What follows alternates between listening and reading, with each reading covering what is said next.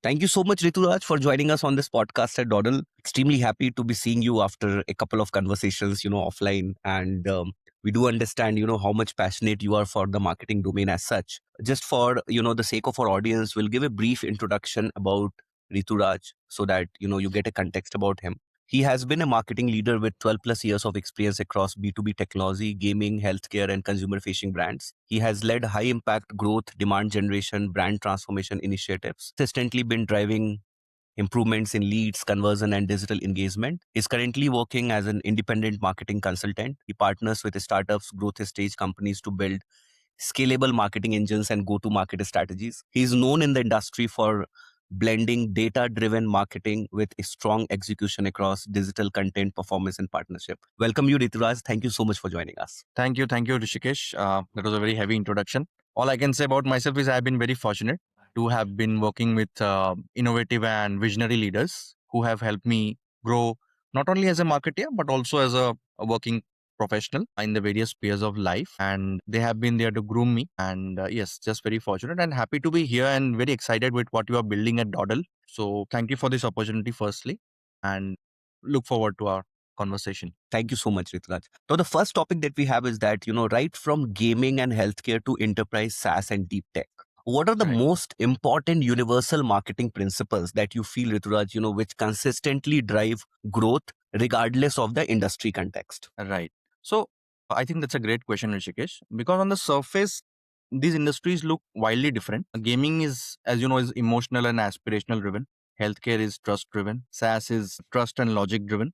So what I've learned over the years is that while industries may have been different on the surface, the human decision making underneath all of that is surprisingly consistent. So the fundamentals do not change. So one of the first universal principles, as per my learning, has been acquiring deep customer clarity. Yes. Genuinely understanding what the problem of the customer is trying to solve. For example, in healthcare and pharma, the buyer wasn't just purchasing a diagnostic instrument in the company that I have worked for. They were also managing risk, reputation, and compliance. So the messaging leaned heavily on accuracy, reliability, and global credibility. We built GTM campaigns around trust, scientific validation, and long-term value, which obviously helped generate funnels, but most importantly, it helped generate credibility and trust for us as a brand. Now you contrast that with the gaming brand. Here, the product was more on the hospitality and entertainment side, but the real emotion was aspiration and skill recognition. So some of the campaigns which worked for me were not because of flashy content or creatives alone. Yes, they have worked because of that, but also because we tapped into the identity that, our audience has this kind of aspiration of being recognized as a global gaming player who is recognized for this particular skill based game. Again, the same principle that we applied back in pharma and healthcare, that is of customer insight, but completely different execution, different emotion, and understanding what truly matters to your audience and build around that. Another principle which I think is valid here is clear positioning. So growth stalls when customers can't quickly answer the question why should we, for example, why should we choose Dawdle and why now? Yes. So yeah, Yes. this has been the case. Cut through the noisy global market and position yourself too generically. You do not cut through the clutter. It's only when you position yourself around the real pain points of the customer, understand contextually what is going on, Yes. and what regulations are there in your industry, is when you generate a meaningful upliftment in your conversations and conversions as well. Another principle that I think is equally important is the alignment between different teams, especially the marketing and revenue teams. That sounds obvious, of course, but it's surprisingly rare. You'll be very surprised it's rare, the tight alignment between the teams. Yes. Across every industry that I worked with, growth accelerated when marketing stopped being about activities and more about alignment between the teams, especially the revenue conversation part. So whether it was ABM driven campaigns in SaaS campaigns in healthcare, or let's say performance led campaigns in gaming, the common thread here is tight and smart alignment between different teams. So to cut a long story short, if I have to summarize, customer truth, contextually, sharp positioning and revenue alignment, are the core principles we have to look into. The industries change, the channel creatives change, but these are the core principles which do not change across industries. This was very well explained, Ritu. And I think a lot of the professionals who kind of think that they can't switch between industries, if they start focusing on these three principles, which are quite common it will become easier for them to relate their skills to the other industries as well. Exactly. Now, Ritu, you have worked in both early stage startups and established enterprise. How was your Right. approach to building demand engines, positioning, and brand credibility evolved across these environments?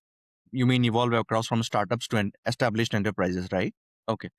So I mean, this is something I've personally learned the hard way, and as per my understanding, most marketers do. So early on in my career, when I've got the opportunity to work for startups, especially high growth ones, and my mindset was very execution focused. Rishikesh, it was survival, looking after leads, looking after how I can generate more revenue, more growth, and impress my boss, of course. and Yes. but now I think it's lean towards gaining more customer trust. So for example, in startups, demand engines need to be fast, scrappy, and measurable. You test aggressively, of course, double down on what works and kill what doesn't work around with the emotional attachment. So for example, in SaaS environments, we leaned heavily on webinars, email outreach, content syndication to quickly validate ICPs and messaging. The goal wasn't perfection, it was momentum rather. But when you move to a more established setup, or regulated environment, the game changes. Speed still matters, but here credibility becomes the growth lever because you have built a community month on month, year on year, and that's when you are at this point that your company is well known. Having trust in that the community has placed on you matters a lot. So, for example, for this pharma giant I was working for, demand generation wasn't just about volume. A single deal could take months and involve multiple stakeholders, and Yes. here brand thought about events, PR, sales. They weren't nice to have, they were essential. We invested heavily in consistent narratives and long-term trust building. So that's how you support large funnels and sustain revenue here. So over a period of time, my approach evolved from asking how do we generate demand fast to how do we build demand that compounds and builds trust amongst our audience. So that's why today, regardless of the company stage, I think in layers. So for short-term demand, I think to keep the engine running. For mid-term positioning, I look at the market. Does the market understand you? Do you understand the market in return? And for long-term, it's brand credibility, so that sales cycles shorten naturally, especially in the B2B engine. Yes. So yeah. Again, to summarize, the biggest shift for me personally has been realizing that brand and demand are not opposites. They are actually different time horizons of the same growth strategy, and you have to keep them cohesive in order to grow the company. This is also very insightful because in most of the companies I've seen, they will always place performance marketing different, brand marketing different, and different people will be driving, those aspects. But it needs to be a cohesive Exactly. effort from both the teams. Yes. Yes. I think you are very, very much on point here. You have raised a very valid point here. I know performance marketing is working there, and then content is working, and then SEO is working. Yes. They are all working in silos. If they do not understand the workings of each other, you will not be one marketing function. And likewise, I feel it's across departments. Marketing cannot work in silo, sales cannot work in silo, tech cannot work in silo. You are at the end of the day, you are just one company. So you have to understand each other's working to have a 360-degree view of looking at the business from all the angles. So as we move into 2026, Rituraj, where do you see AI creating the biggest structural shift in marketing, and why? Okay. I think that's a very good question again, because we are now well and truly into the era of AI. Everything and everywhere you see, not just in marketing alone. It's AI.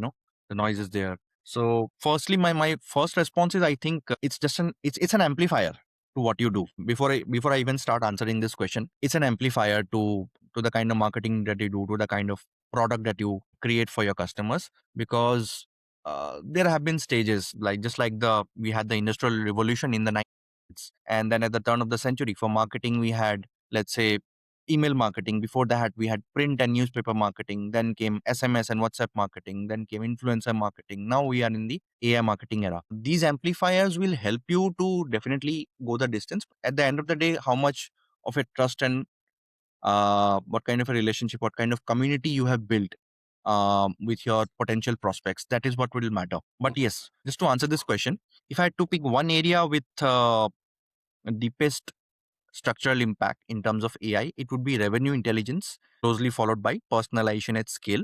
Because, see, content creation and performance optimization are already being disrupted, as have been the other areas of marketing. We are seeing that today. But I feel personally that those are just efficiency gains. However, revenue intelligence is a decision making shift.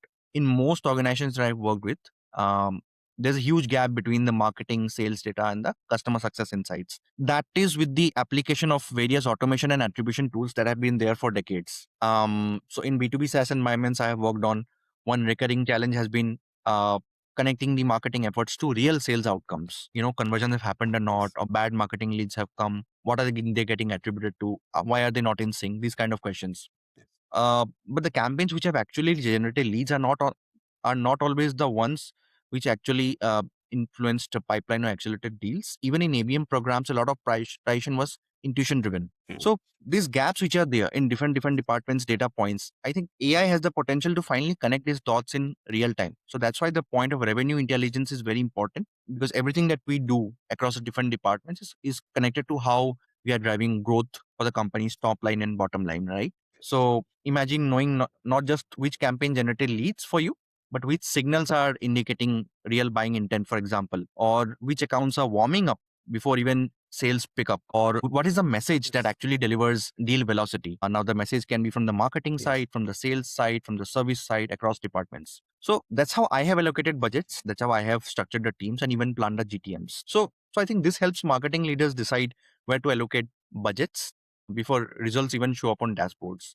Additionally, I mentioned, I think, personalization. Personalization is the other biggest big shift. Contextual relevance of the messages, where messaging adapts based on the industry stage, behavior, the intent of your prospect. That's powerful, especially across global markets where manual personalization simply doesn't scale you. So that's why AI is an amplifier for you. Yes. So henceforth, the biggest shift that AI isn't that the AI will do the marketing for us. It will be that the marketing decisions become more smarter and earlier and closer to revenue reality. So this is how AI will shape how decisions are made. And as AI matures, this will become far more predictive. So I think the real impact of in 2026 and beyond, apart from helping you create more content or helping you run ads faster, the biggest impact I feel it'll be how it'll be making your decisions more predictive, Yes. rather than being reactive. That's why AI will come into play. And then now at the last, what practical advice would you give to marketing leaders today to start building AI ready teams and processes and data foundations that will remain relevant over the next 2, 3 years? Because 5 years is a big time Oh, now. okay. Right. But I think, yeah, it's a very big question you're asking of me to give advice to. I still consider myself a newbie, a beginner. I'm still learning every day. Even in this conversation, I'm learning from you. So, I mean, I will just form my opinions here rather than putting in the word advice to what I think marketing leaders should look at while building AI ready teams. So, I'll give a very grounded opinion, because I feel AI is very overwhelming if you look at it as a big transformation. What has happened instantly over the past 3.5 years, right? So one of the first things I would do personally, if I have to learn it all over again and make my teams AI ready, is I would not immediately rush into the tools. Tools will obviously be there. Tools like ChatGPT or Framer or Claude, they are there. But I would rather start with the problems. What I have seen is Yes. many teams rush to adopt AI without clarity on what they are trying to solve and who they are trying to solve it for. Is it better lead Yes. quality? Is it faster turnaround time, smarter targeting? You have to be very specific. Once that is out of the way, contextually, the problem is clear, your targeting is clear, context is clear, the tools, then it will come into play and makes more sense. Second, I would look at is I'll fix, I mean, I'm sure you will already be having, the companies will already be having some sort of database engine going. So I'll fix the data hygiene first, which I think I addressed in the earlier question. Fix your data hygiene, fix your attribution. Are your data points across departments in sync or not before chasing sophistication? This is unglamorous but critical.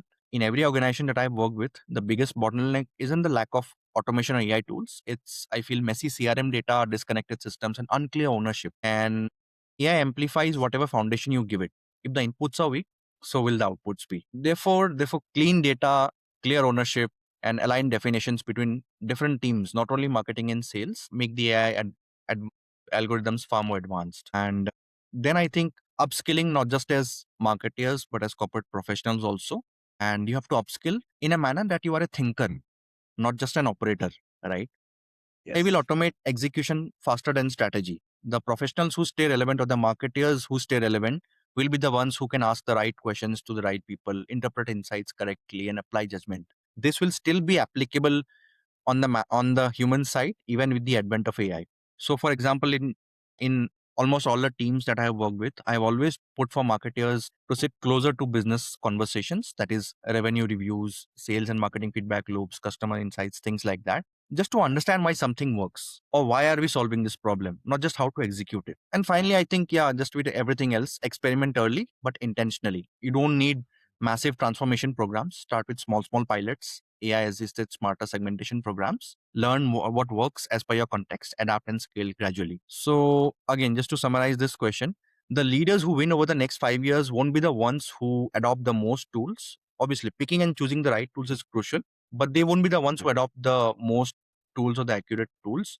but they will be the ones who build adaptable teams that are grounded in fundamentals and comfortable in learning continuously with a cleaner, leaner process and feedback loops. Basically, build your process for the organization so that you adopt and execute AI in a proper manner and use it to your leverage. And since you mentioned about, so there are a lot of AI tools all around. It's a big clutter. And you also Hmm. mentioned that the organization or the leader should be able to identify the problem before he goes to the tools, rather than, Right. pick the tools from the market and start using it. Do you have any Right. suggestions, like say 2, 3 pointers on how should a marketing leader decide which tools he should go for? What should be the step like, before deciding on a tool? Okay, that's an interesting question. Again, I think it would vary as per the context and the situation that you are in as a company and the industry that you serve. But what I would first, if I have to create an AI driven marketing team all over again Yeah. and choose tools. Yeah. So some of the parameters I would look into are,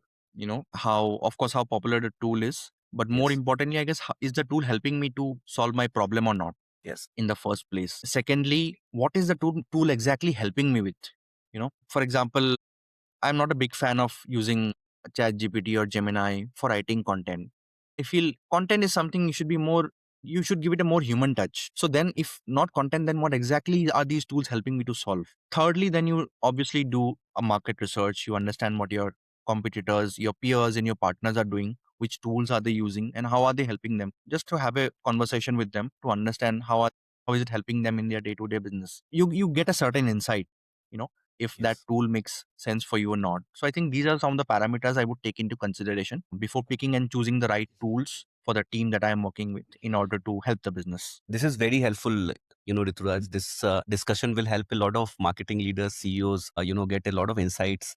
Thank you so much for joining us, and thank you so much for sharing these insights. Thank you, Rishikesh. I hope this conversation, would be beneficial for anybody watching this. And thank you once again for this opportunity. It's a very unique thing that you are building, very unique platform, and I'm very delighted to be part of this. And kudos to you, man. And I look forward to, see Dawdle achieve newer heights and a greater success. Thank you so much, Rituraj. I will be in touch with you. Thank you. Thank you.